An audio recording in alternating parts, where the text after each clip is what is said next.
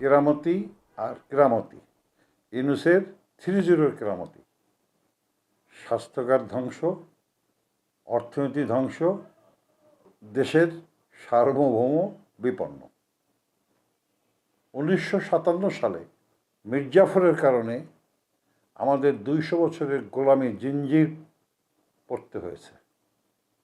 আর এখন স্বাধীনতার 55 বছর পরে ইউনূসের কারণে আমাদের আরও কত বছর গোলামির জিঞ্জির পরে থাকতে হবে সেটা আল্লাহ মাহবুদই জানেন।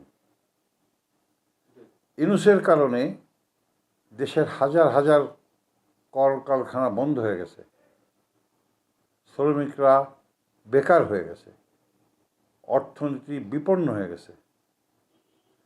এইগুলি সব ইউনূসের কারণেই হয়েছে এবং নতুন কোনো কারখানা অদ্যাবধি তৈরি হয় নাই এবং তৈরি করার পরিকল্পনাও এই মীর জাফর ইউনূসের ছিল না।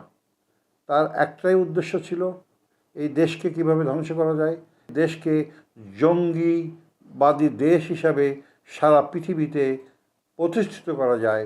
এইটিই ছিল তার মেটিকুলাস ডিজাইনের একটা পার্ট। ক্ষমতায় এসে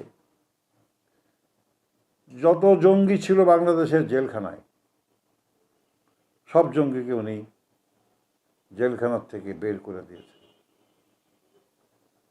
জেলখানা ভেঙে জঙ্গি এবং অস্ত্র লুট হয়ে গেছে,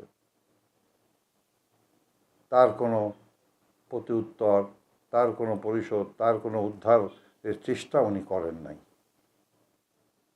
এরপরে নির্বাচন হলো, দেশের জনগণ বিএনপিকে নির্বাচিত করলো। ইতিমধ্যে ইরান যুদ্ধ আরম্ভ হয়ে গেছে। কবে এটা শেষ হবে সেটা জানি না।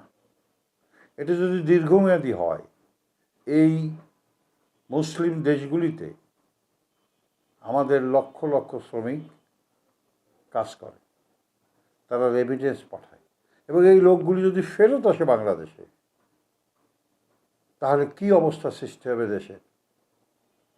এই সব কিছুর জন্যে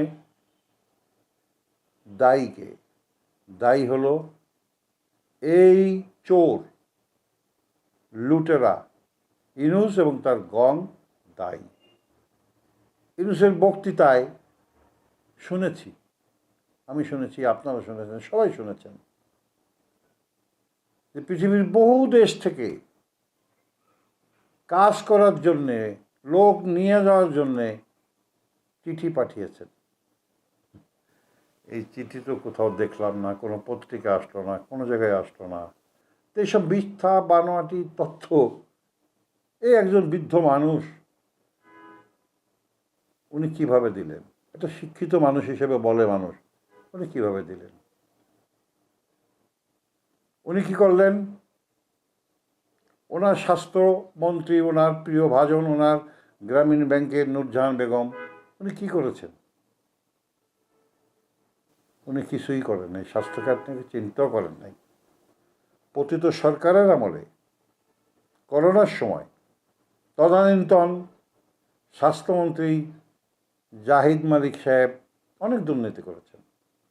উনি তো এটাও করতে পারতেন, নূরজাহান বেগম এই আগের যে দুর্নীতিটা করেছেন এটা উনি একটু তদন্ত করুন।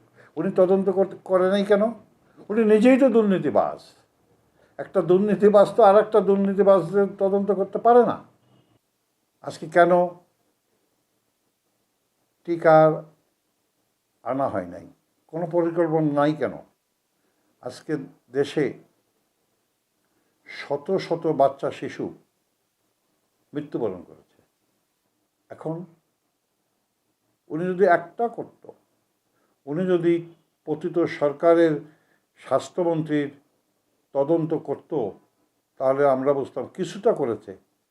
তা উনি করতে পারেন না, কারণ হলো এই নূরজাহান বেগম নিজেই অসৎ, চোর, লুটেরা। উনি কীভাবে করবে? আমি একজন এদেশের নাগরিক হিসেবে, পল্লীবন্ধু হোসেন মোহাম্মদ এরশাদের একজন সৈনিক হিসাবে, যত সাংবাদিক বন্ধুরা আছে, ভাইরা আছে, তাদের কাছে বিনীতভাবে অনুরোধ করব, আপনারা এই দুর্নীতিগ্রস্ত ইউনূস সরকারের স্বাস্থ্যমন্ত্রীর এবং অতীতের স্বাস্থ্যমন্ত্রীর বিরুদ্ধে তদন্ত করেন। একমাত্র সাংবাদিকরাই পারে সঠিকভাবে তদন্ত করে রিপোর্ট করে এই রিপোর্ট জনসমক্ষে প্রচার করার জন্য। তাহলে কি হবে? দেশ বাঁচবে, জাতি বাঁচবে, আপনারা বাঁচবেন, আমরা বাঁচব, দেশের মানুষ বাঁচবে।